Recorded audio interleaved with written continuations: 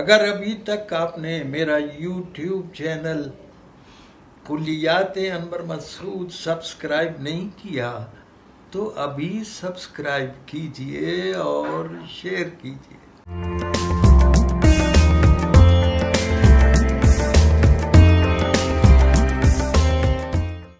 Time پہ ہی ایک فلسفیوں نے اور شاعروں نے، فلسفیوں نے اور مفکروں نے، صوفیوں نے بہت غور کیا ہے کہ ٹائم کیا ہے۔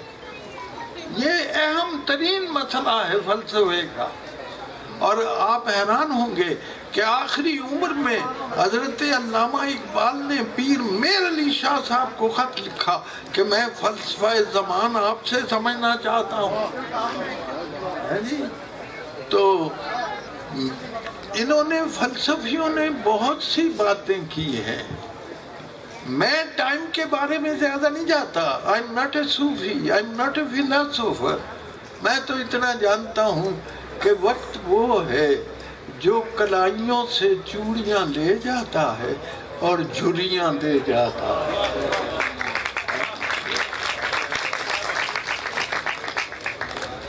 جی چھوڑا نہیں کسی کو بھی یلغار وقت نے، آخر کھجور کو بھی چھوارا بنا دیا، آخر کھجور کو بھی چھوارا بنا دیا۔ ہاں جی تو پپو سانو تنگ نہ کر تو، پپو سانو تنگ نہ کر تو، بڑے ضروری کام لگے ہیں، سوچی پہ ہیں ہوں کی کریے، یہ بڑا ضروری کام۔ روٹی شوٹی کھا بیٹھے ہیں، لسی شسی پی بیٹھے ہیں، اوکے دا کش لا بیٹھے ہیں، پونج پانچ کے اندروں باروں پانڈے بھی کھڑکا بیٹھے ہیں، سوچی پہ ہیں ہون کی کریے۔ جی اور جناب ویکھ لیاں نے سب اخباراں، تھن بیٹھے ہیں سارے ورکے، پڑھ بیٹھے ہیں سارے اکھر، سارے حرف سنا بیٹھے ہیں، سوچی پہ ہن کی کریے۔ کیسے کیسے اسلحے بن گئے، کراچی کے تناظر میں دیکھیے کیسے کیسے اسلحے بن گئے، وڈے وڈے مسئلے بن گئے، وڈے شہر وسا بیٹھے ہیں، سارا چین گوا بیٹھے ہیں، سوچی پہ ہن کی کریے۔ رزق سیاست عشق کوتا کچھ بھی خالص رہن نہ دیتا، ساری کھیڑ ونجا بیٹھے ہیں، دودھ وچ سرکہ پا بیٹھے ہیں، سوچی پہ ہن کی کریے۔ جی کرتا سی ووٹا پائیے، مارشل لا تو جان چھٹائیے، ووٹا شوٹا پا ایک جمہوری رولا رپا کنے سال ہنڈا بیٹھے ہیں، سوچی پہ ہن کی کریے۔ تے سودا کوئی پجدا نہیں اور کوئی رستہ سجدا نہیں، رستے دے وچ آ بیٹھے ہیں، سوچی پہ ہن کی کریے۔ تے ہن تسی دسو جی میں کی سناواں۔ نک جے متھے اتے ہوندا بھائی، ہوا لا کل شیء خلق قدیر، ایسا بھی ہو سکتا تھا۔ نک جے متھے اتے ہوندا، کان جے تون دے پیچھے ہوندے، اکھاں ہوندیاں مونڈے اتے، وکھی وچ ایک پوچھل ہوندے۔ معاف کیجئے اگر آپ کے پہلو میں ایک دم ہوا کرتے، وکھی وچ ایک پوچھل ہوندی، نو جے گٹیاں اتے ہوندے، گوڈے دی تھا پسلی ہوندی، پسلی دی تھا گوڈا ہوندا، بندہ کڈا کوجا ہوندا۔